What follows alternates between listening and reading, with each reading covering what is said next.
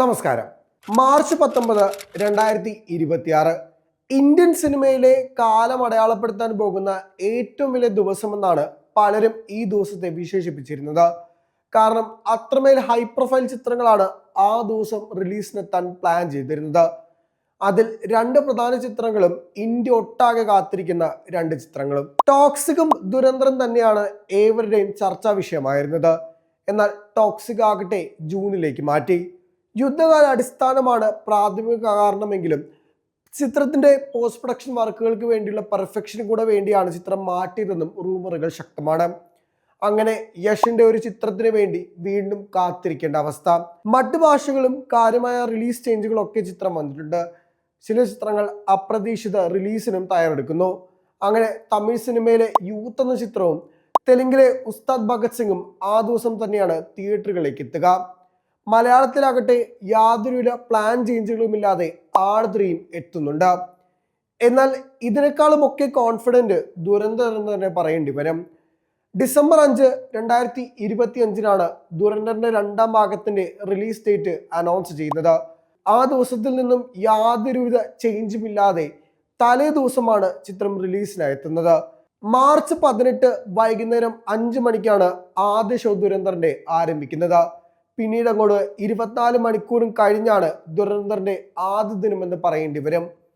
ആദ്യ ദിനം ഏകദേശം 200 കോടിയോളം രൂപ കളക്ഷൻ തന്നെയാണ് ദുരന്തർ ടീം എയിം ചെയ്യുന്നത്. GCCയിൽ ഓൾറെഡി ബാൻ ചെയ്ത ചിത്രമായതുകൊണ്ട് തന്നെ കാര്യമായ GCC ടെൻഷനുകളൊന്നും തന്നെ ചിത്രത്തിനില്ല. യൂറോപ്പിലും അമേരിക്കയിലും അടക്കം സകല പ്രതീക്ഷയും ദുരന്തറിൽ തന്നെയാണ്. ഇന്ത്യ ഒട്ടാകെ വലിയുള്ള കാത്തിരിപ്പും ദുരന്തറിനുണ്ട്.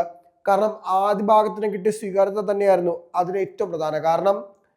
300 മുതൽ 475 കോടി രൂപ ബഡ്ജറ്റിലൊരുങ്ങിയ രണ്ട് ചിത്രത്തിന്റെ ആദ്യ ഭാഗം 1300 കോടിയാണ് ബോക്സ് ഓഫീസിൽ കളക്ട് ചെയ്തത്. രണ്ടാം ഭാഗത്തിന്റെ ആദ്യ ഷോ അവസാനിക്കുമ്പോൾ തന്നെ ചിത്രം ബ്ലോക്ക് ബസ്റ്റർ വിധി എഴുതി കഴിഞ്ഞു. വൻ തുകയ്ക്കാണ് ചിത്രത്തിന്റെ അവകാശം ജിയോ സ്റ്റാർ അടക്കം വാങ്ങിച്ചത്. മ്യൂസിക് റൈറ്റ്സിലും വലിയ രീതിയിലുള്ള ബൂം സംഭവിച്ചു. രൺവീറിന്റെ കരിയറിലെ ഏറ്റവും വലിയ സാമ്പത്തിക വിജയവും ചിത്രമായി. മുൻകാലങ്ങളിൽ വലിയ രീതിയിലുള്ള പരാജയങ്ങളും രൺവീർ ചിത്രങ്ങൾക്ക് നേരിട്ടിരുന്നു. ജയ്ഷ് ഭായ് ജോധർ, സർക്കസ് എന്നീ രണ്ട് ചിത്രങ്ങളുടെ പരാജയം രൺവീറിന്റെ കരിയറിലെ കാര്യമായി ബാധിച്ചു. ഗള്ളി ബോയ്ക്ക് ശേഷം രൺവീറിനെ എക്കാലത്തെ മികച്ച താരമെന്ന രീതിക്കാണ് പലരും പ്ലേസ് ചെയ്തത്. എന്നാൽ ഈ രണ്ട് ചിത്രങ്ങളുടെ പരാജയവും കാര്യമായി കരിയറിനെ ബാധിച്ചു.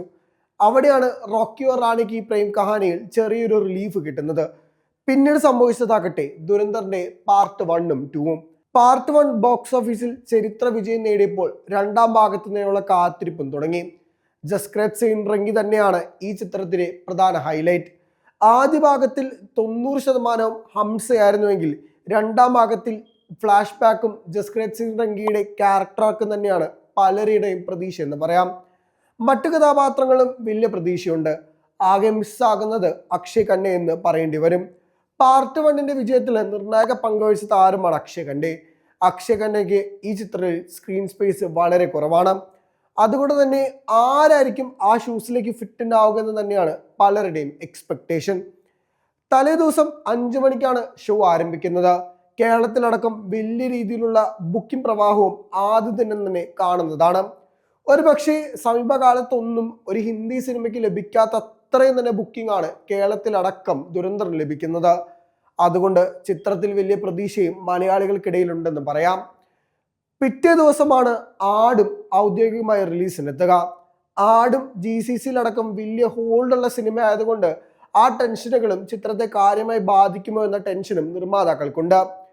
4 വർഷങ്ങൾക്ക് ശേഷം എത്തുന്ന ജയസൂര്യ ചിത്രം എന്ന പ്രത്യേകതയും ആടിനെ വ്യത്യസ്തമാക്കുന്നു.